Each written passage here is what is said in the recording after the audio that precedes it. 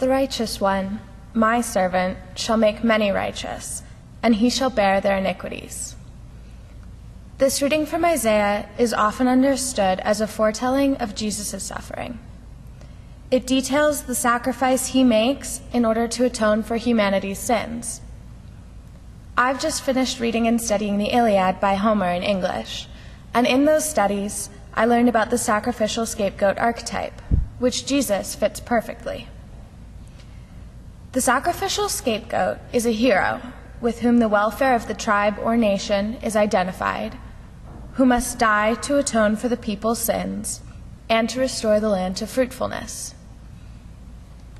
In this way, Jesus suffers on the cross that we may enter into the kingdom of heaven, and that all of creation may be restored to wholeness. In today's gospel, Jesus claims this archetype for himself, telling James and John that the Son of Man came not to be served, but to serve, and to give his life a ransom for many. He knows here that he is fated to die for the good of humanity and the world, and understands his position as sacrificial scapegoat.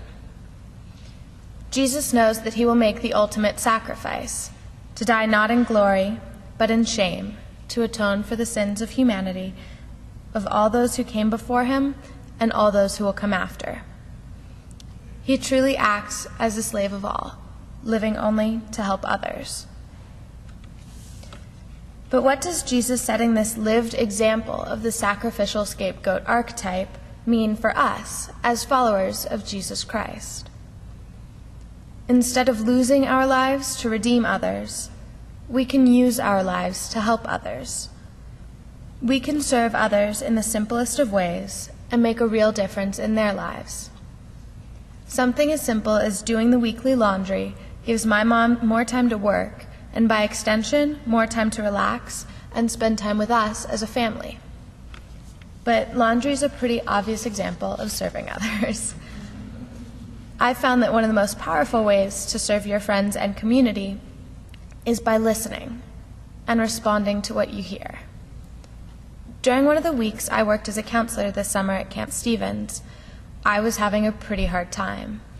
My frustration with the week was at a high when one of the campers at my table accidentally knocked over her completely full glass of water. While I was taking some deep breaths and grabbing a dry rag in the kitchen, one of the staff members pulled me aside. He said he had just wanted to tell me that he'd noticed how hard I'd been working and let me know that he thought I was doing a great job. I was so amazed that somebody was listening and had paid attention to my struggles, I almost cried right there. So I try to help my friends by letting them vent their frustrations. I may listen a lot more than I share, but talking about their problems helps them come to solutions they never would have come to. And it also helps me put my opinions and experiences into perspective. We can also listen to our community and use what we hear to help where it's needed. I know Manna Food Bank is an incredible local charity that can always use donations and volunteers, but that's not the only one. Outreach here at Epiphany does a great job of finding local charities to support, but you can do it too. Just listen to what's going on in the world around you, and you might find a way to help others that you truly enjoy. By listening and choosing to respond, we can love others as Jesus loved us. The disciples argued amongst themselves about who is the greatest. This isn't listening for where there's a need. It's acting self-serving where we should be life-giving. As his followers, Jesus calls us to listen, to respond, and to give of our lives, to sacrifice. And if we look into the definition and origin of the term sacrifice, we see that this is a truly good thing. Because the term sacrifice, meaning to surrender or give up for the sake of something else, comes from the Latin term sacrificium, which in its roots translates back to mean to make holy.